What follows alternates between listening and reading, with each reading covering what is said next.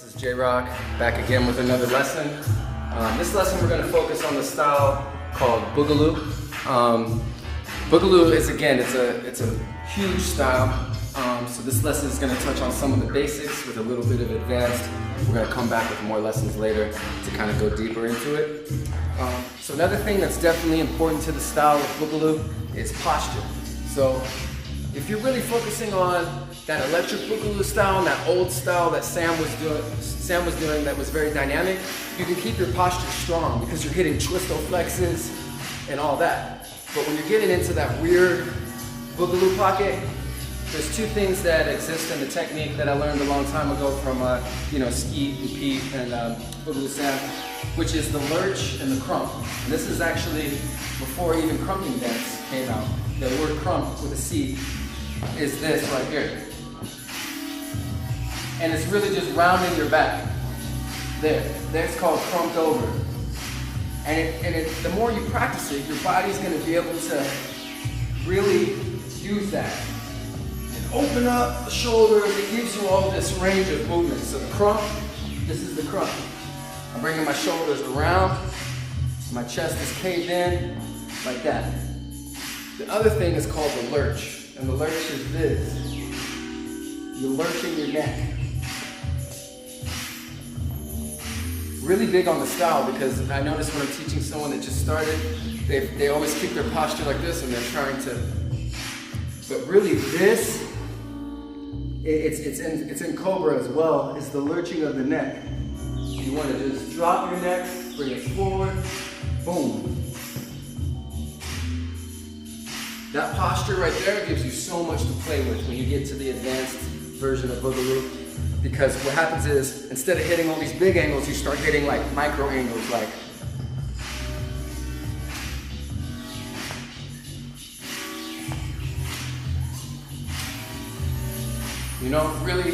really just, you can just dance with this without even moving your arms and your legs. And that's really a great thing about Boogaloo styles. It really opens up your core and your chest and your shoulders. So work on that, the crump and the lurch.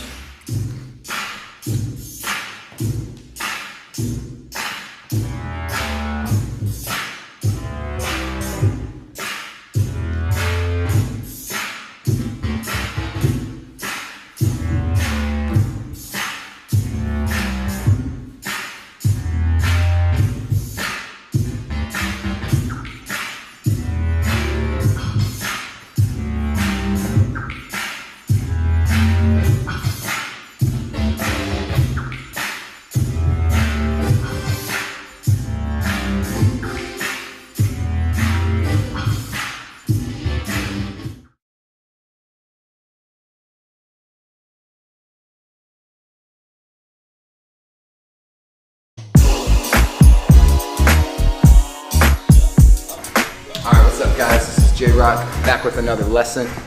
For this lesson, what we're going to be focused on, and just really focusing on one aspect, is hand placement, which I've had a lot of you guys reach out to me and message me and say that, asked if I could do a lesson on hand placement, that you have trouble with where you should put your hands and so forth when you're popping.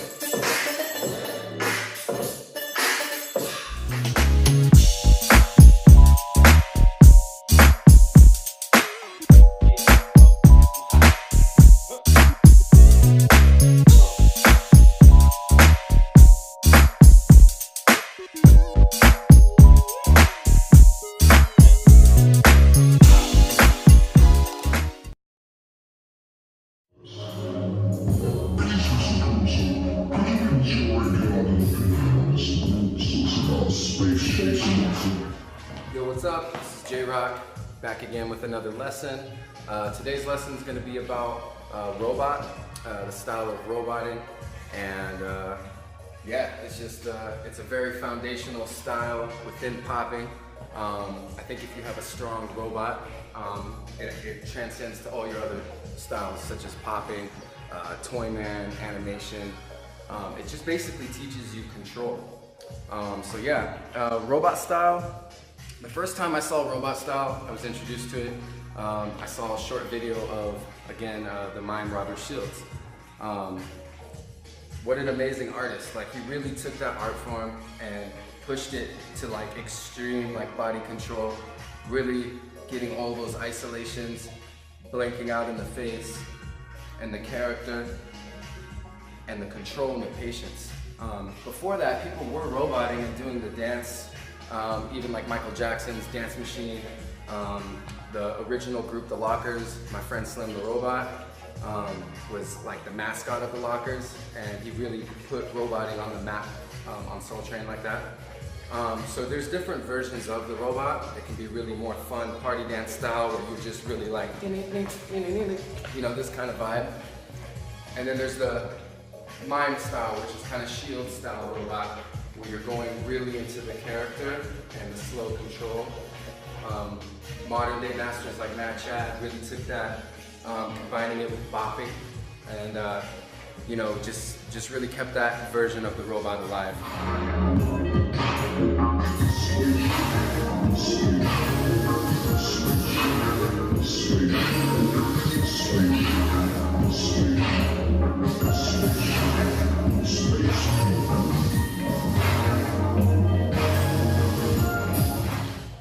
The face is so important, and it's funny. It's actually funny because it's hard. Sometimes you want to start laughing, but that's what's so trippy about it. And that's what Robert Shields was so good at, was staying in character. Look at Matt Chad, same thing.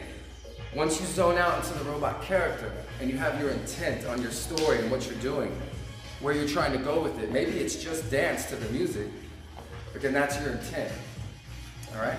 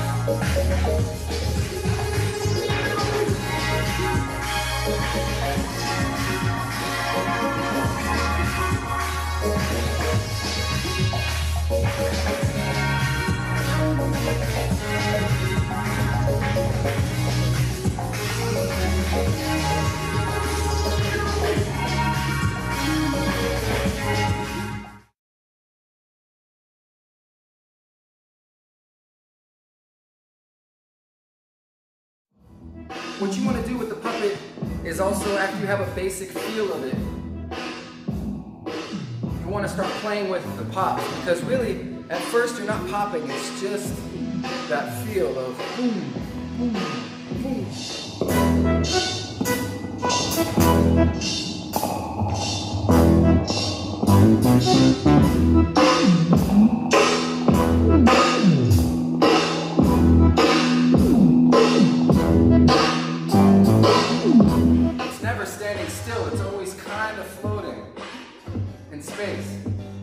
So if you're holding it from strings, it's like, it's always kind of woo. So you can have this little vibe. I'm rocking my weight back and forth on my heels and my toes, almost like a moonwalk.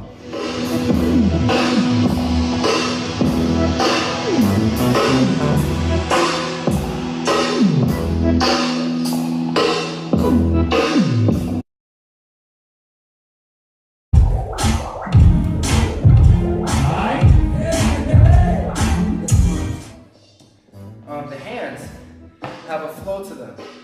So as I'm swinging my arm, my hand goes with the flow.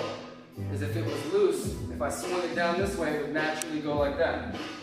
Boom, boom, boom. So as you cross them, you start playing with those angles.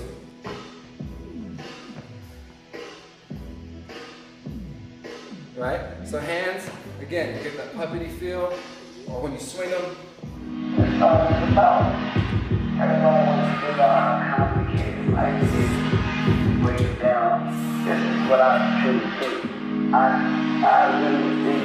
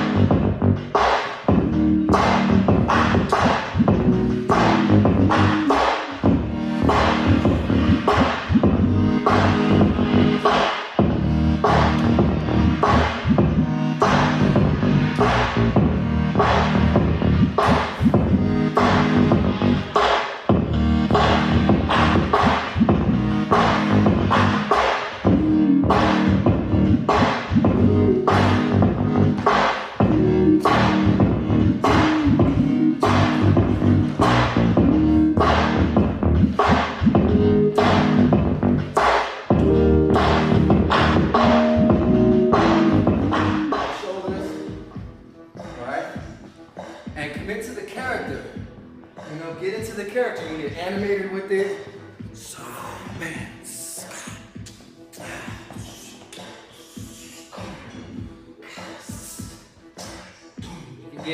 You can really get deep into the style.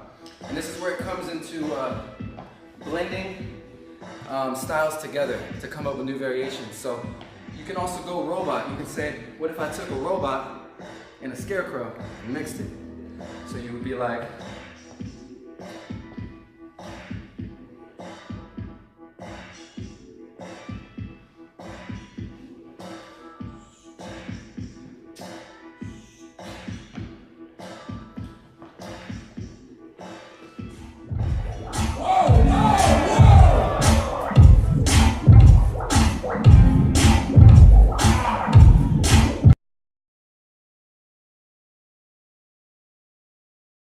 so taking what we would call robotic scarecrow.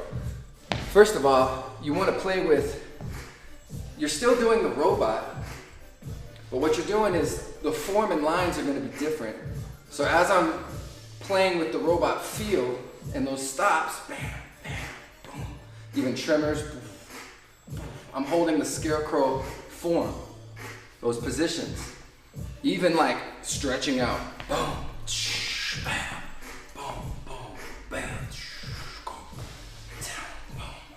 So what that's going to do is give you a lot of movement to pull from.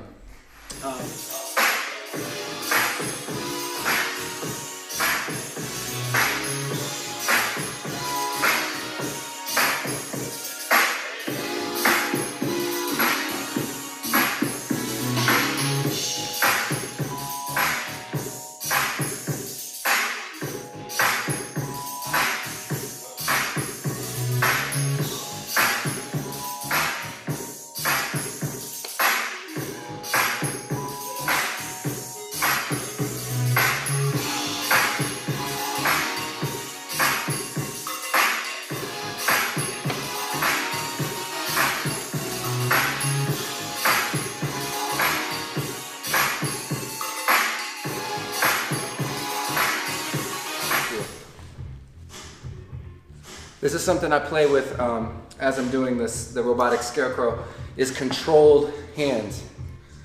Because in the regular scarecrow, it's just flowy. It's almost kind of, like I said, like kind of puppety. So it's just kind of bouncing, right? So for the robot feel, it's more.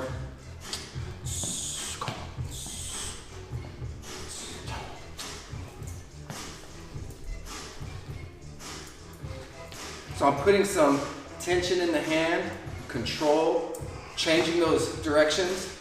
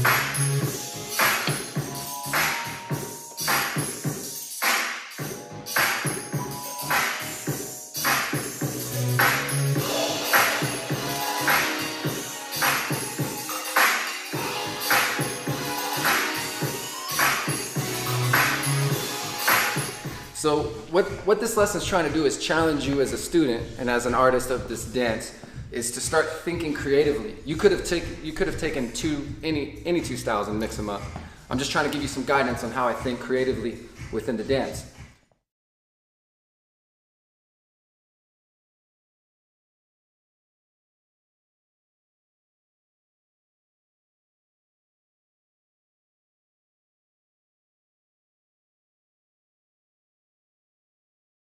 All right, what's up guys? We're back with another lesson. This lesson we're focusing on animation style. So animation style is a really dope style that I fell in love with a long time ago. A lot of people don't know this, but when I first started popping, I was mostly doing animation style. When I started in the late mid-90s, like 96, 97, exposure to the overall funk and popping scene on the West Coast was very limited. We were exposed through b-boy videos. So videos like from Rocksteady Crew, Radiotron, and so forth. We had videos that we were studying of, Flat Top, Mr. Ree, Mr. Animation, Bop and Andre, and these guys.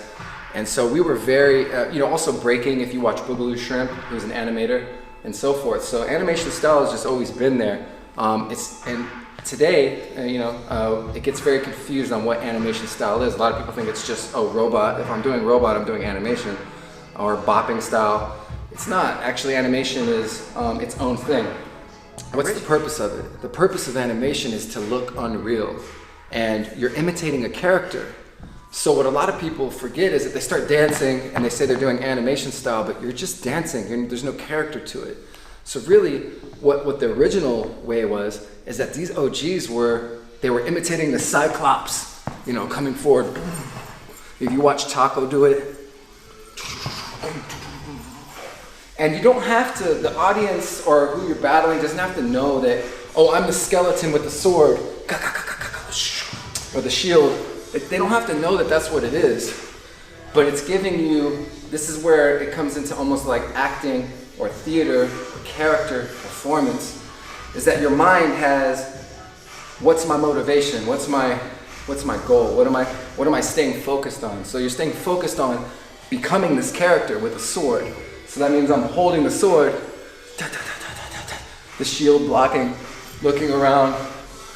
So you have to become this character in your mind. And it's more than an issue of just making it smooth. There's an issue of timing, where there'll be a movement and then a pause, then again another movement, and then things moving at different rates. The arm might move slower or faster than the legs. Well, the pauses are the most difficult because you can't just have them stop. You have to have just a slight movement so that it doesn't look like a dead puppet.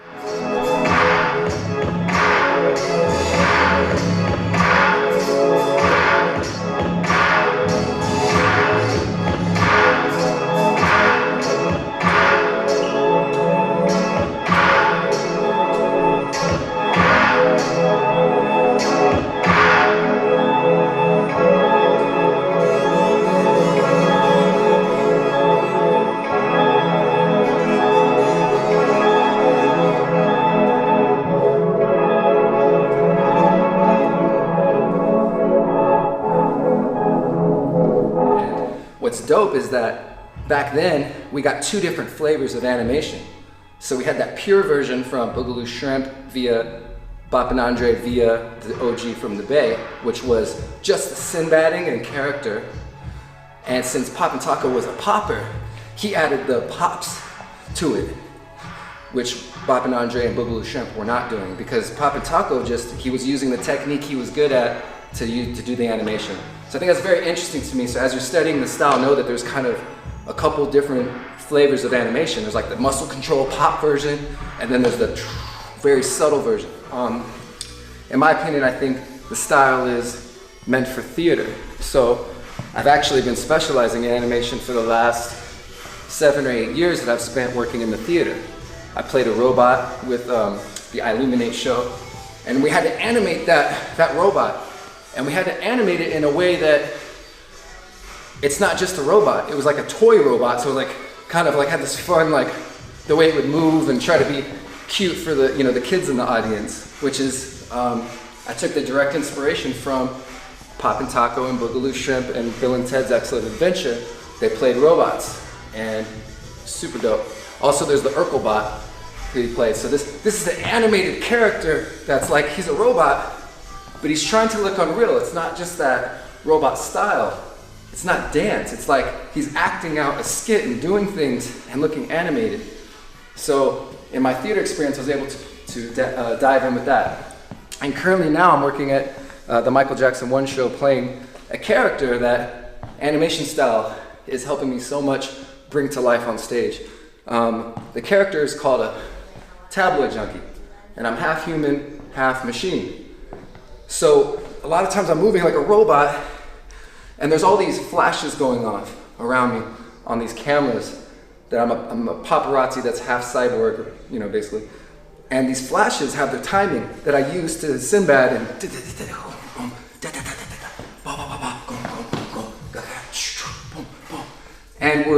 our focus is that we're paparazzi, so we're chasing people around and taking pictures of them.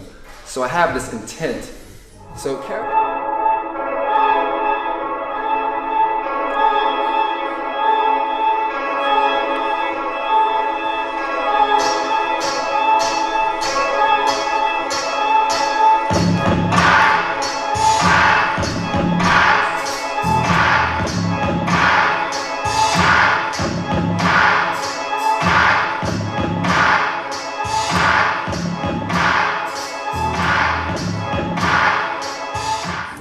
Alright, what's up guys? So, brought you in with me to the theater today because we're working on animation style. And like I said, it's for me the style is very important to imagine the theatrical opportunities you get within the style. So I'm doing some solos where I'm just in regular dance clothes and I'm using animation techniques with my dancing. But in the theater, we use animation style just to bring characters to life. And sometimes we're not even dancing, we're just moving with illusion. And the costume is a big part of it, the lighting's a big part of it. So a few of the characters I was able to imagine and create. One of them was these crabs, and basically we created these crabs for a Circus Day project called One Drop. And I had to think about how they would look, how they would move, and using animation, using animated effects, because crabs move differently than humans, so you're animating your body to look like something else. Another project I did was for Cirque as well was I wanted to create these nightmarish demons that are controlling this woman that's writing hateful things online on her computer. And again, I was just using animation techniques in the choreography, and once I put the costumes on them and they looked very sinister, it just made the characters come that much more alive, So these styles are really awesome if you're looking to work professionally as a dancer. You can definitely develop characters or do performances locally and things like that, and really get a lot out of the style.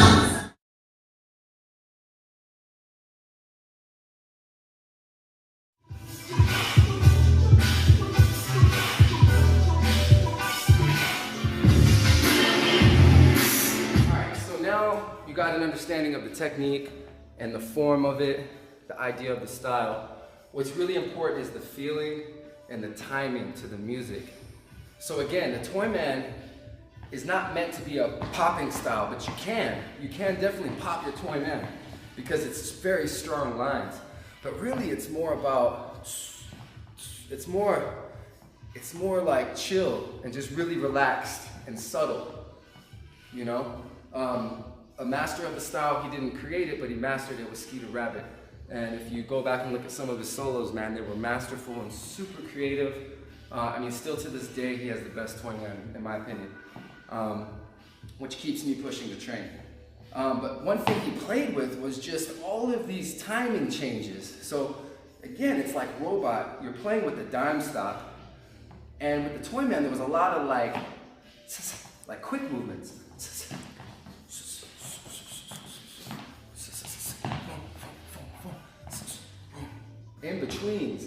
The in-betweens of these normal poses. So what you start thinking about is how you're accenting the music. So if you're on the clap, like, ta, ta, ta, ta, like, let the come off of it. So instead of coming to a stop on it, clap, you would go, ka, ka, ka, ta, ta, ta, and you reverse it, and then you come back to a stop on the clap. So these are, again, more advanced techniques for some of the dancers out there that get what I'm saying. Some of the beginners, you might be like, what? What are you talking about? Well, play with it. Just listen to the music and